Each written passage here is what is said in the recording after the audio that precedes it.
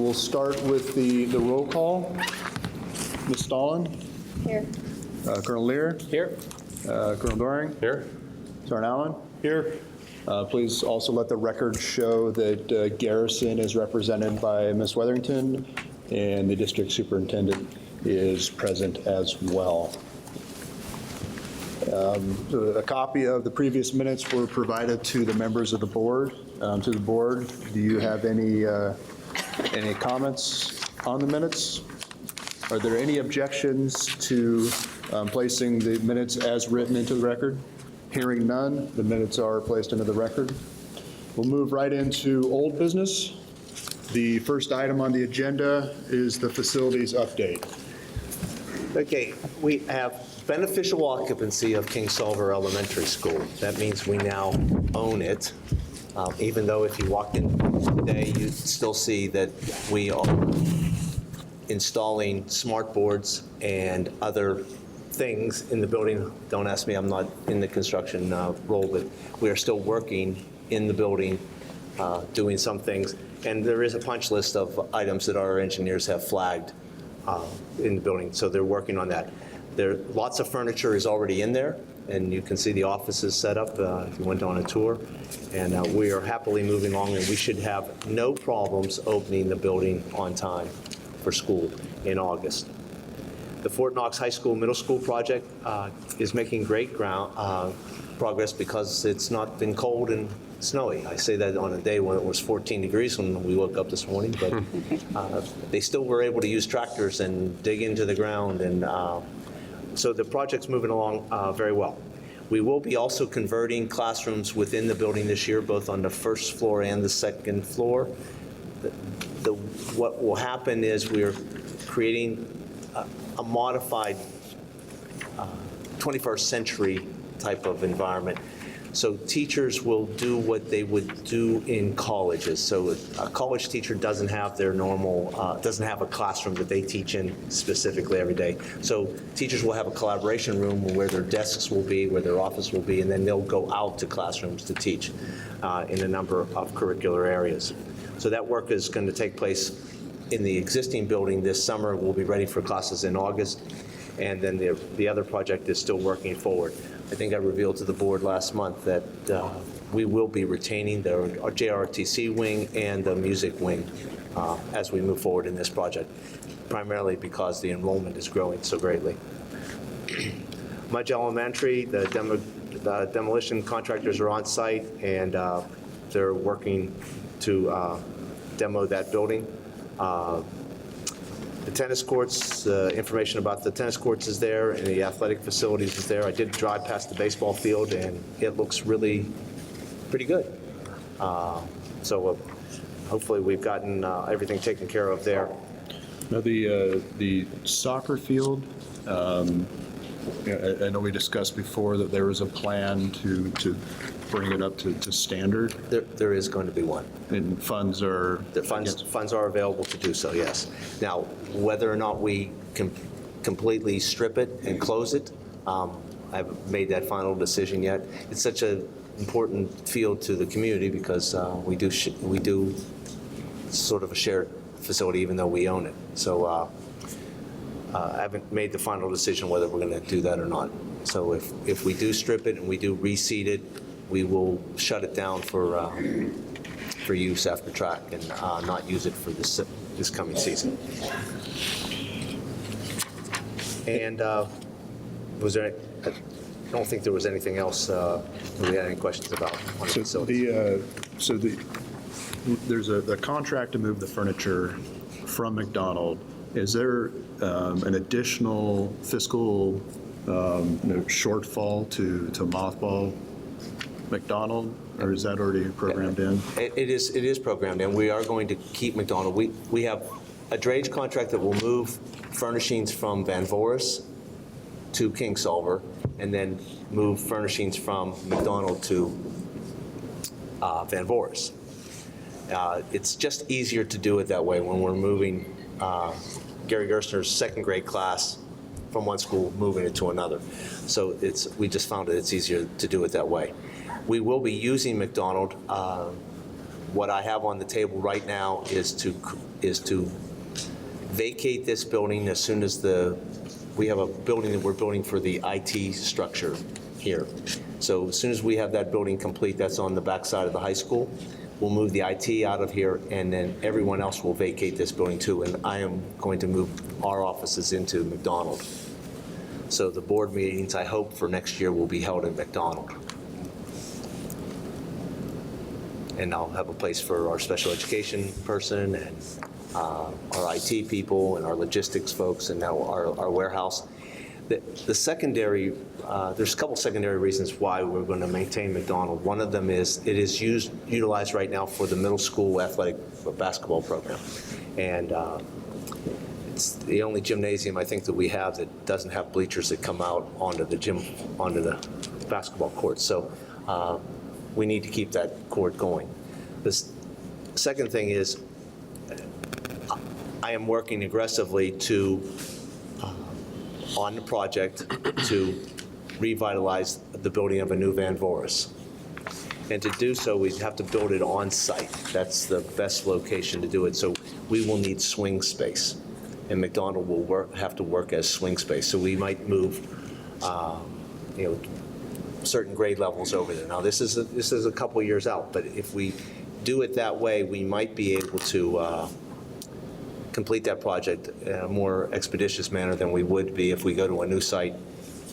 I'm also going to consider and hoping to get the agency to agree to building a mirror image of Kingsolver, taking the plans right off the shelf, so to speak. We have one successful building, why not build a second? So those things are to come. I should have more information on those in the next couple of months. Are there any questions or comments from the board on the facilities update? No. All right. Hearing none. Next, we have the calendar update. And, for those of you that weren't here at the last meeting, there was some discussion about moving the parent-teacher conferences closer to the beginning of school so that there would be sufficient time to identify problems before it's too late. And then in the interim, over the last 2 weeks, Mr. Gerstner has worked with the board and the bargaining agency on trying to find some solutions, and we gave some feedback to him. We did. And so we moved the parent conferences, the 2-day parent conferences, back to the 8th and the 12th. Now, I understand that the first couple of weeks there in September are a little bit jumbled with 3-day weeks, but it does allow us to have the parent conferences earlier on, as the board had suggested and that the teachers bargaining agency had suggested as well. So we should have conferences about a month into the school year. I believe that the 12th and 13th of October, though, those need to be unyellowed on there. Is that correct, Ron? Yes. Yeah, so Sorry. those should be school days, the 12th and 13th of October. I apologize. When you work with these colors so many times, sometimes you just, I did it on the other one, I just. it's my fault, I should have caught that. So, yeah, and I think it is reflected on the employee calendar. That's the second page there from the parent, where the 12th and 13th are identified as school days. Okay? And Mr. Gerstner, is this the copy that went forward for final approval? Interestingly enough, when it came back, it was my decision. So Okay. my decision was to change it. So that's what we did. Okay. So this is final. This can be published. Thank you. Welcome. Are there any questions or comments on the calendar? All right, hearing none. The next item we have is the elementary school community alignment update. And this is something that the board has worked with Mr. Gerstner on. And at a previous board meeting, I think we hit the April meeting for the official announcement and rollout of community information. But we're just hoping for an interim update. At this point, it's still 3 communities. It will still be Pritchard Place, Oak Park, and Chestnut Glen going to Van Voris for next year, and then all other communities going to Kingsolver. And again, if if things change in the next month or so where we would have a great influx of students, it could mean that Pritchard Place would be swapped out and Maple Ridge would take that place and go to Van Voorst. I know Maple Ridge geographically is closer to Van Voorst. The reason I'm trying to keep neighborhoods together is it does help us with busing, but it also helps with families. You know, when families commute to and from schools, it helps with knowing what homework, what teachers you have. It, in my experience, keeping neighborhoods together going to school is a good thing. So that's why Maple Ridge for right now is going to King Solomon. So Maple Ridge and really Pritchard Place are the two swing neighborhoods that would be impacted if we have a great increase of families. Okay, so more to come at the April 20th board meeting. Thank you. And Ms. Weatherington, we're hoping to be able to go final in April, and then anything you could think of, please, to make sure that word gets out and that there isn't misinformation out there. Sure appreciate that. All right, will do. From the board, are there any questions or comments at all on this? No.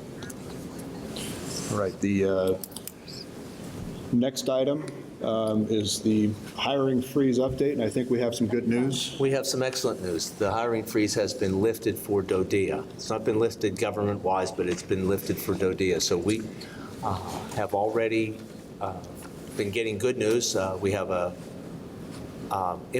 educational technologist coming from Italy that we received word that she may now travel. So she's coming to Van Voorst, we hope, within the next couple of weeks. So that's good news. It'll also be good news because we're going to be able to build up our substitute pool again. So we're going to begin the process of in processing some more subs in the next couple of weeks. Aides, we've had a couple of aides that we've been waiting to hire to, and we have a secretary that needs to be picked up, and we have an administrative officer that we have already selected. They're just standing in the queue. So as you can well imagine, when all the trains have stopped at the station for some period of time, it takes a while to get them all replenished and ready to go. So it's not business as usual right away. We have to get the engines fired and going. But I would think by the next board meeting, we're not going to have any issues as far as our hiring freeze impacting us any longer. So we should be fully staffed by the next meeting. Okay. Are there any questions or comments from the board on So, this? how many vacancies are we talking about right now, total, roughly? I don't know. How many do you have, Angelique? One? Laura? 1.5 One and a half. and ET's coming and the LI. Yeah, I would. It's probably 10 full-time employees, Okay. and then there's a couple of, bits and pieces of aides and that kind of thing.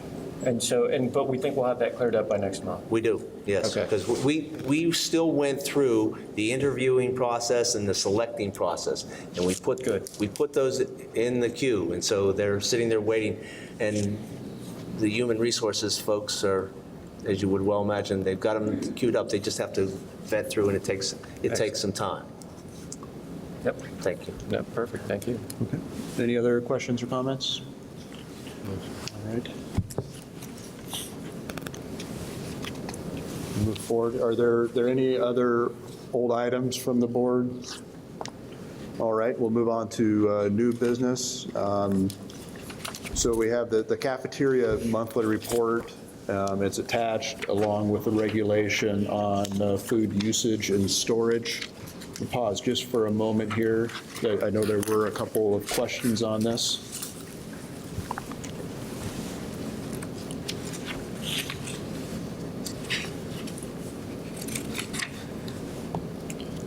And for those of you in the audience, there was a question about reusing food items, how those decisions were made, how the whole food system was being managed, and what kind of oversight was there.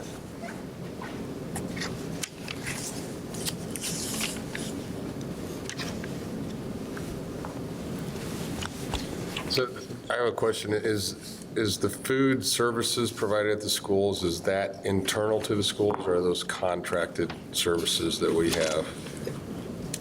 The food service manager is our employee. Okay. And the other employees who work in the cafeteria workers who work in the buildings are all non-appropriated fund employees.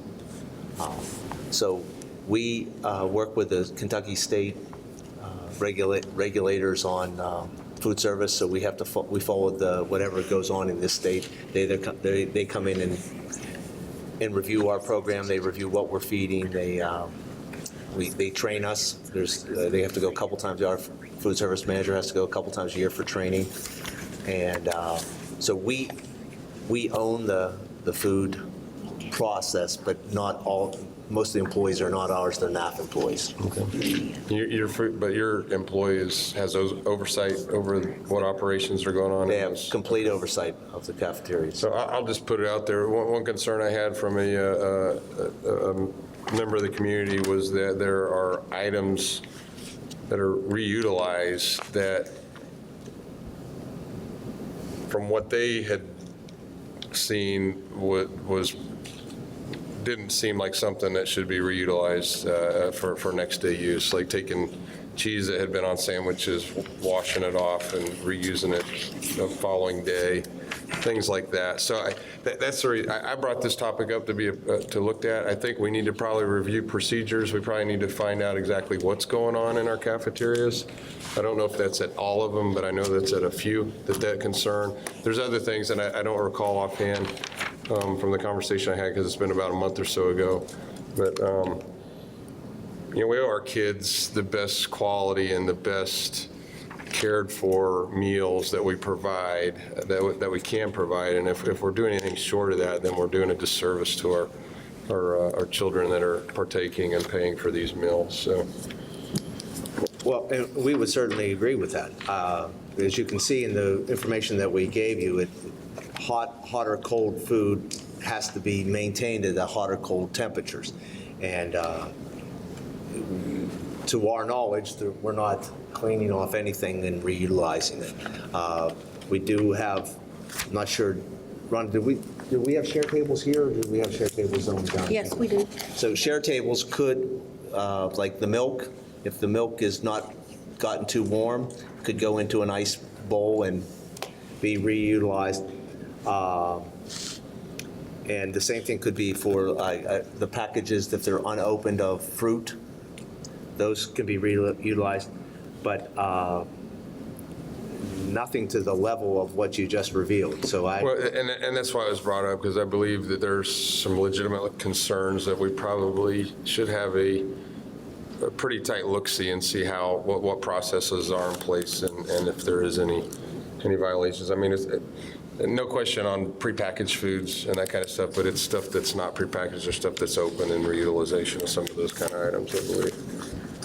Okay, well, we can certainly we'll bring this to our food service manager. I mean, they both of the food service managers that I have both said they follow this, what's written here, and that clearly doesn't. So we'll look into that And I will also, and report out. for further clarification, I will try to make contact with those in the community that brought this to my attention to try to find some more details. If they have some Of what details they and believe. specifics, that Right. would really be beneficial. I don't need Right. day, date, and time. I tried to get that today, but I was unable to make contact. It's so. fine, but we clearly do not want that to happen ever.